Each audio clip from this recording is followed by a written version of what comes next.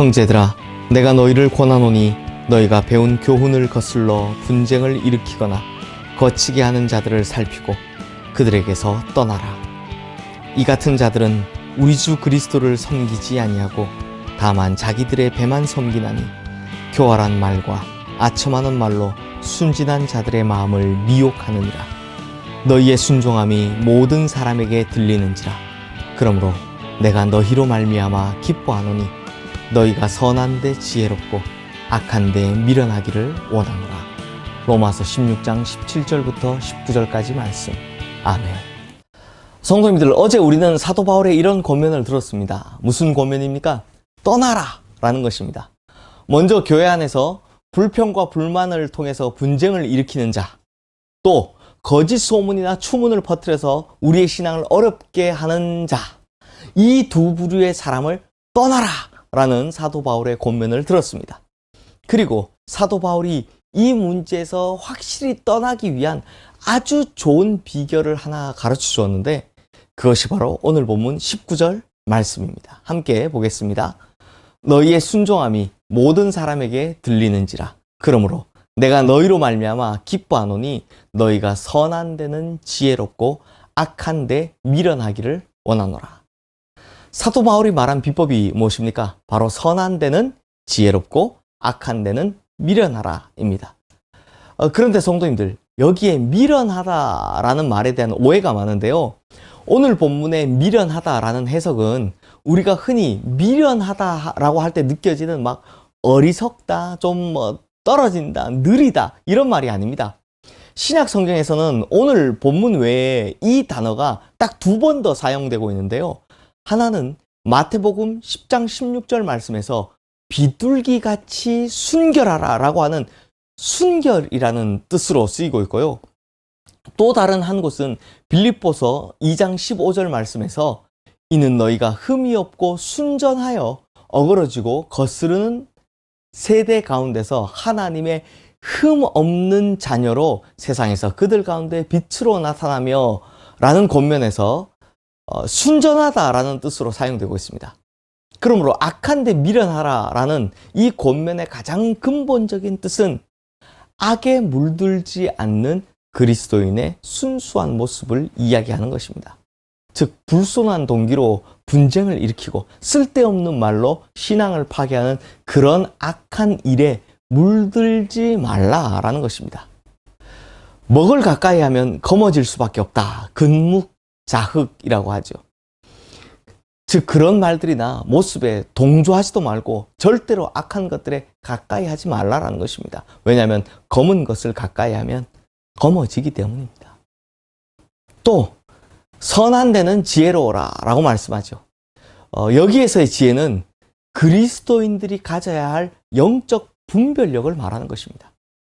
이 세대가 매우 악하고 이 신앙을 파괴하는 것들이 너무나 많지만 특히나 사단이 우리를 쓰러뜨리려 하는 방법은 너무나 교묘하기 때문에 그리스도인이 더욱 순수한 믿음을 가지고 그런 순수한 믿음을 유지하며 살아가는데 뭐가 꼭 필요하다고요? 지혜가 꼭 필요하다라는 것입니다. 그런데 오늘날 많은 그리스도인들의 경우를 보면 지식은 많으나 지혜가 없는 경우들을 많이 봅니다. 지식은 많은데 통찰력이나 분별력이 부족하다는 거죠.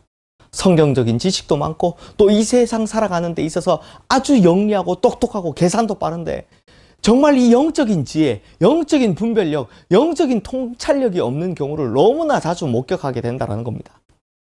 그러므로 무엇이 선한지, 무엇이 악한지를 구별할 줄 아는 지혜가 필요합니다.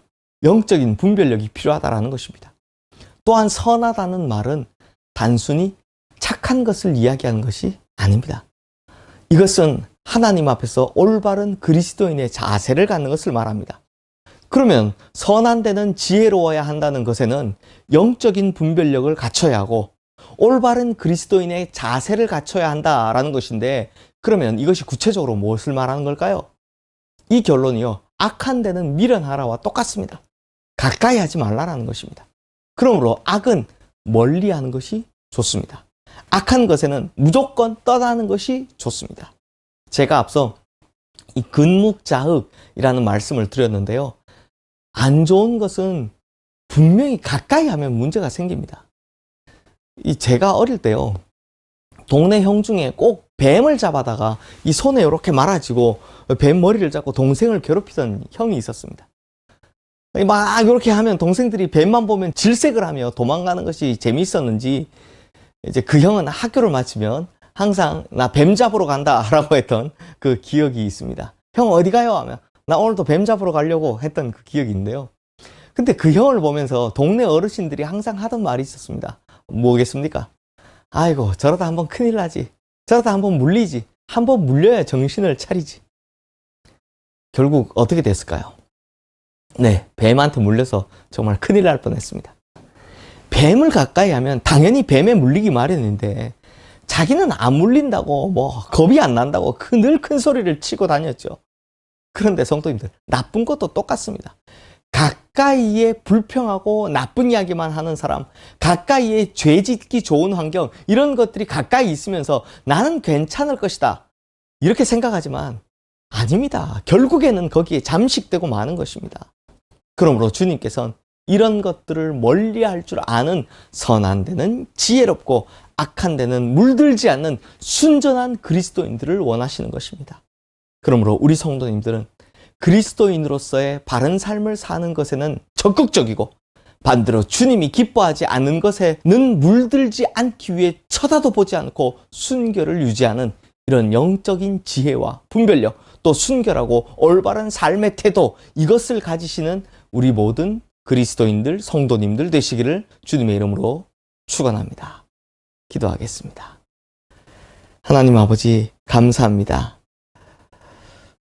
오늘 이 비밀을 우리에게 알려주셔서 감사합니다.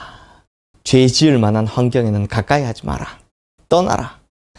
주님, 이것이 진짜 영적인 분별력이고 통찰력임을 알려주셔서 감사합니다. 그러므로 우리가 이 지혜를 가지고 비둘기처럼 순결하게 살아가는 진짜 그리스도인 되게 하여 주시옵소서.